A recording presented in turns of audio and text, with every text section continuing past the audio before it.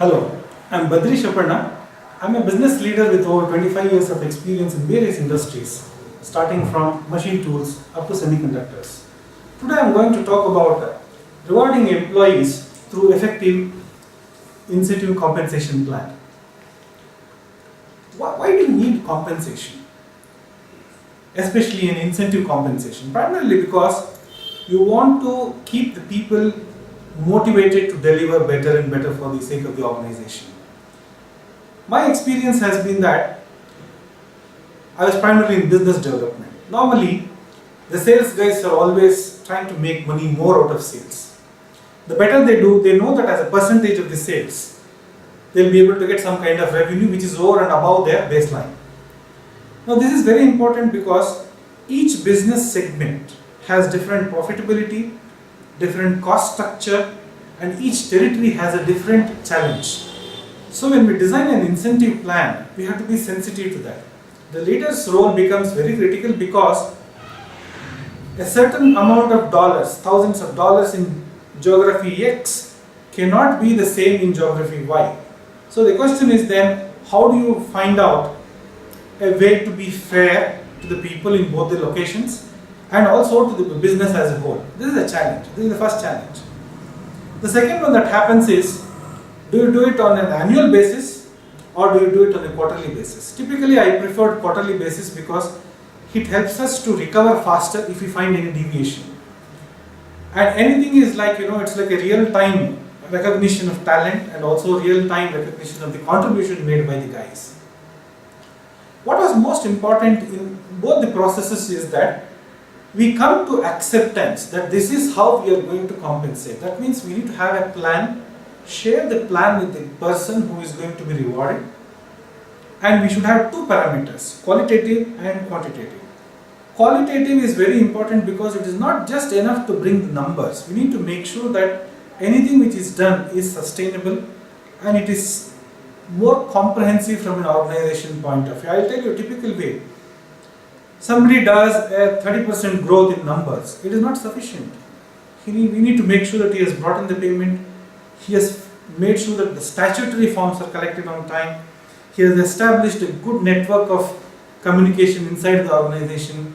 He has been able to qualify himself and present as a techno-commercial guy at the customer location. All these things make a difference. And this has to be brought in on a review process at the beginning of designing the incentive plan.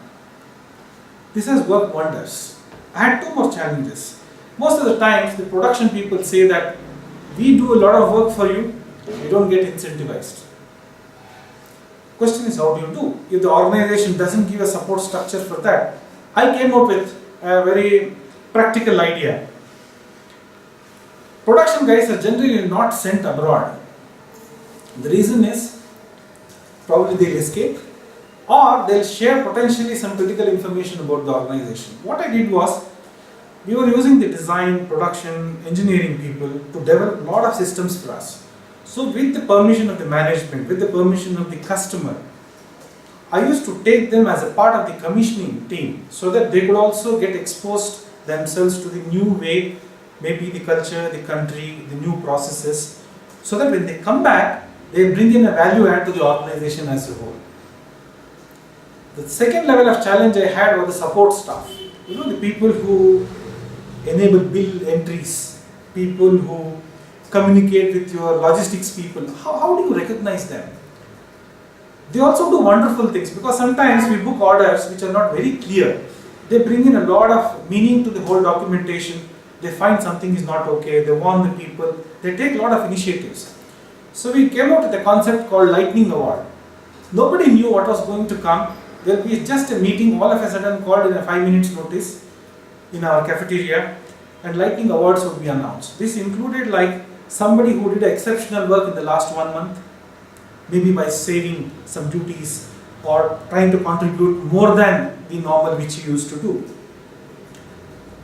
This all gave a lot of importance to the people's performance, and it had two hidden messages. One was that we recognize talent. That is very important, and we compensate people because we want them to be more committed to the organization. This is one layer of purpose. The second layer, which is also very important, is if these people move out of the organization, they are our spokesmen. They need to bring in good talent to us so that, in case they go for a better life, we need equal or better talent to come inside the organization. So I would say framing and delivering a very useful incentive plan is an investment from an organization point of view, not only to retain the people but to attract fresh talent. I'm sure you'll benefit from my experience and you will do well. Thank you.